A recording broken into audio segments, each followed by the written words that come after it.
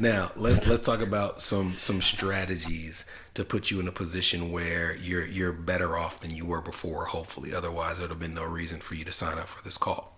I want to slightly disagree with your family members who said, "Hey, since you are not required to make payments on the save plan, you can take that money that you were paying and you can use it to double up on the payments that you're paying towards the private student loan that has an interest rate." So right now the interest rate is low. It's 5.36%. So when you make that extra payment, you are getting the benefit of, hey, I'm knocking this payment down a lot faster than I would have. I'm accelerating my repayment schedule. However, if I'm going to tell someone where to put money, I want them to, in most cases, not all, but in most cases, I want them to put money, if they're paying down debt, where they're getting the best bang for their buck in terms of how much principal they're repaying with each payment. You following me? Yes. Now, if you're looking at this, yes, you pay 5.36% interest, which is very low.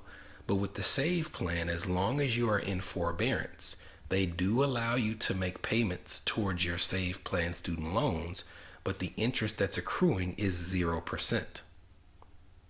So instead of you putting extra money towards your private loans, you might consider the fact that eventually interest is going to start accruing on this debt again. But right now, any dollar that I pay, it pays off the full dollar in principal because of that lack of interest.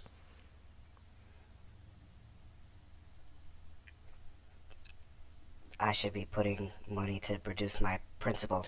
People have different opinions. To me, some would say, oh, well, you're decreasing the amount of interest that's accruing on your private student loan by reducing the balance faster. And I can understand that philosophy, but I would feel if you're looking at the total debt and not just isolating them and thinking, well, this is my private student loan, this is my federal student loan. If you think about it as collective debt, I'd be saying, where can I put this dollar and get the best return on the investment? And to me, putting it at a place where, hey, you may be paying $350, but maybe $25 of that is going towards interest. Well, that's still good, but it's not as good as paying $350 towards a federal student loan and the entire $350 is reducing that balance. That's a good So idea. it's something to consider.